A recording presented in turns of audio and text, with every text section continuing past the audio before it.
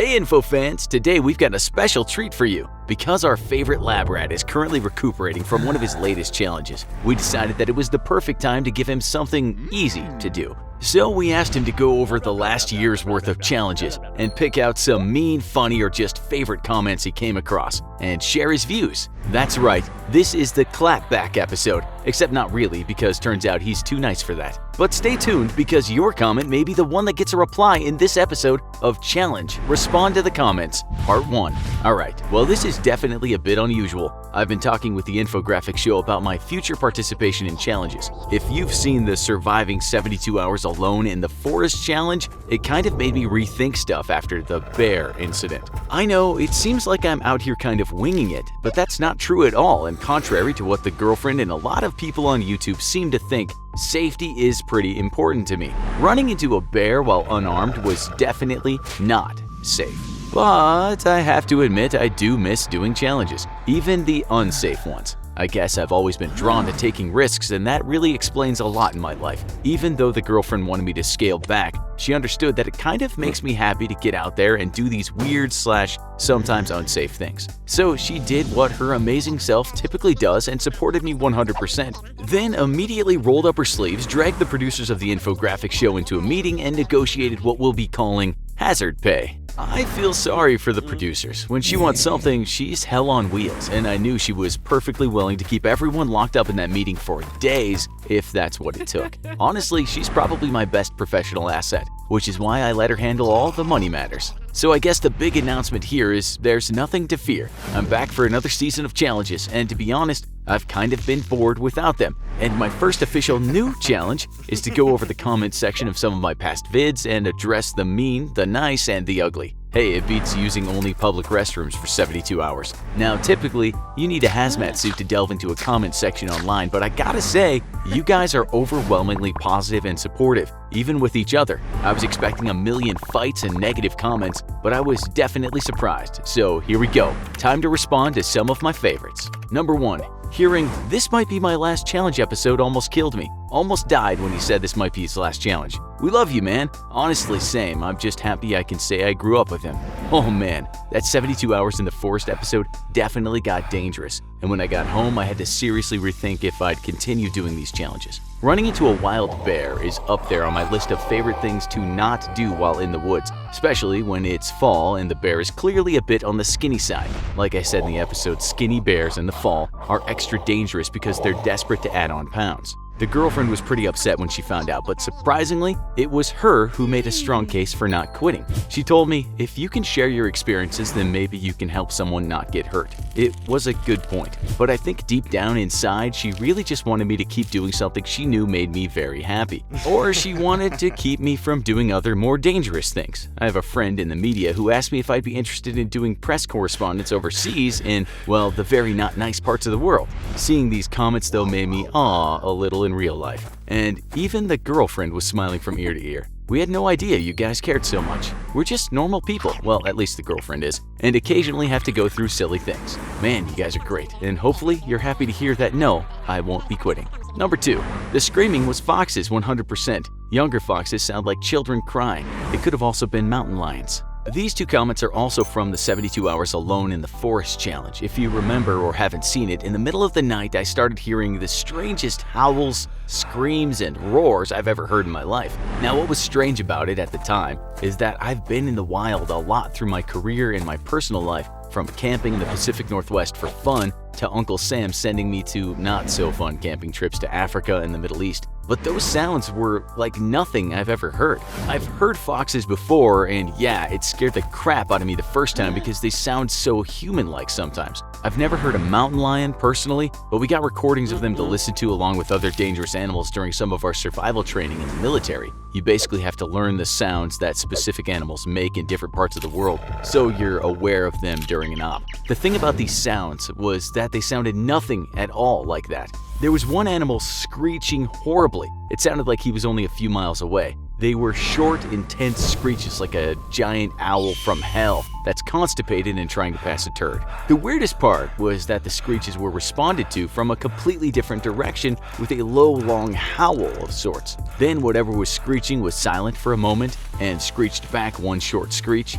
Then the other animal gave off a shorter howl in response. There were a few yips and at one point even a roar, though the roar sounded really far away. To be honest, it was terrifying. They just didn't sound like regular animals. The location I was at was pretty remote along the Pacific Northwest coast, like you have to use a four-wheel drive truck through a trail that's barely a road to get there.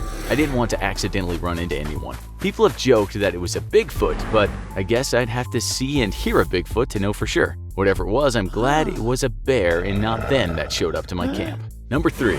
I just know that he's going to mention his military training. I saw a lot of these comments across the vids I looked at, and here's the thing. The episodes are obviously at least partly autobiographical. If you've watched all of the episodes, or at least a lot, then you probably already know a lot of things about my personal life. But there's things I have to repeat because A, they are important to the challenge, and B, there's always new viewers watching an episode who may have no idea who I am or where I come from. It's definitely not a weird flex. I don't even like bringing it up as I'm getting to know new people, and I don't like talking specifics unless I can remain anonymous. It's just part of the show. Number 4. I wonder when he's going to start calling the girlfriend the wife. Next challenge, most epic way to propose to girlfriend. Okay, so I saw a lot of these. And if you're a fan of the show, you've probably already heard that me and the girlfriend were never really into the marriage thing. We know what we've got, and neither of us are going anywhere.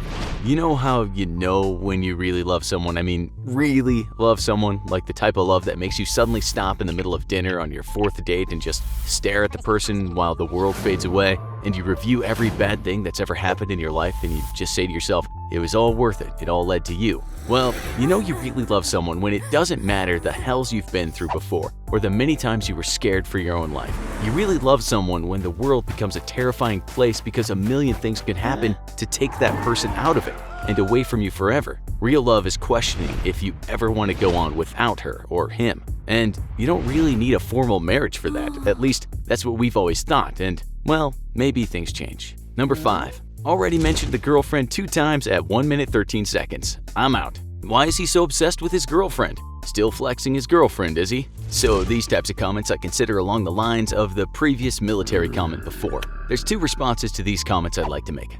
First, the initial description of the challenge video's concept I got was to carefully record how each affected me and my life. Now, when you're in a committed relationship and live together, your significant other is part of that life. Naturally, the challenges are going to affect her too. So recording her response isn't a flex, it's part of what you're tuning in for. My second response is that there's a common thread in the comments like this, and it kinda makes me sad, to be honest. These comments clearly come from insecure people who are threatened by the life of a complete stranger, and their response is to lash out in the only way they can: negative comments. You see it everywhere. Someone has, is, or does something, and all the insecure people take it to the comments section.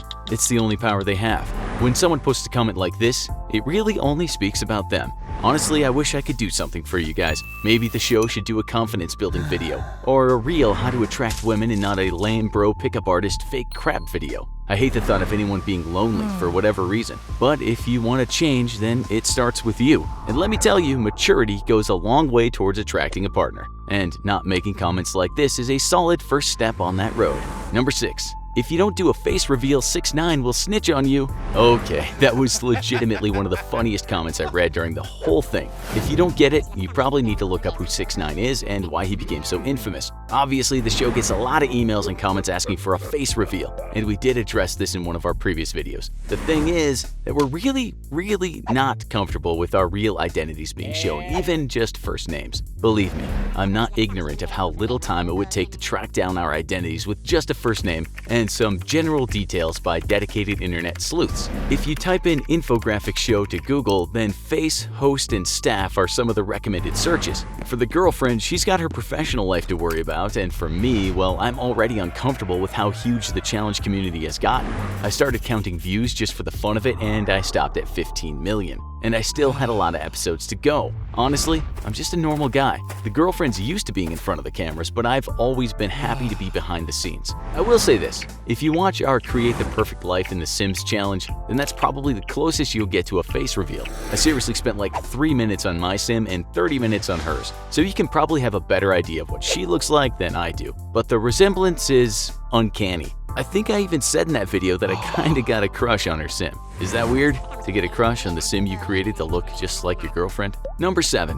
Why didn't he just record with GoPro? This comment was also in response to the 72 hours alone in the forest challenge. At the start of that vid, I talked about how I had proposed we get a dedicated camera guy and turn this whole thing into more of a documentary style format using real footage. But the costs involved are, well, kind of crazy if you want to do it professionally. The thing about this comment is that it never really crossed my mind. Seriously, totally blanked on just wearing a GoPro. Great suggestion, sadly too late. As we contemplated the future of the challenge series, we talked about going real, but in the end, my concerns over privacy for myself and the girlfriend made a pretty strong case for not doing that. Honestly, I kinda like hiding behind animation and the narrator. I'm not keen on even just having my life stalked online. For now, that's just how it'll have to be, but hey, write to your local TV stations, and if you can get a TV network to pay us a few $1,000,000 for our show, I'll go on TV all you want. I'll go on every TV show there is. I will physically live inside your TV set if you pay me enough. But for now, yep, animation it is. Number 8. This is fake. This guy isn't even a real. Honestly, there's a lot of comments like this, and well, last time I checked I was real. But can anyone really prove they're real? See, eventually we will be able to create computers advanced enough to recreate the human brain digitally, and once we have a computer able to run thousands, even millions of these simulations simultaneously, well, you could create a complete digital world. With enough computing power, you could create an entire digital universe, and not a single being that inhabits it would ever suspect it was all fake unless you told it. Or there could only be one real being in the entire world because the entire world is a simulation run by an artificial intelligence for the benefit of one real human that logs in to play the coolest, latest game pre-World War III Earth. You only think you're real because the programmers need you to act like you are for the enjoyment of one person playing the simulation who is actually real. The worst part? Simulations like that could be run at many times normal speed, so the person playing this game could simulate an entire lifetime over his lunch break at work.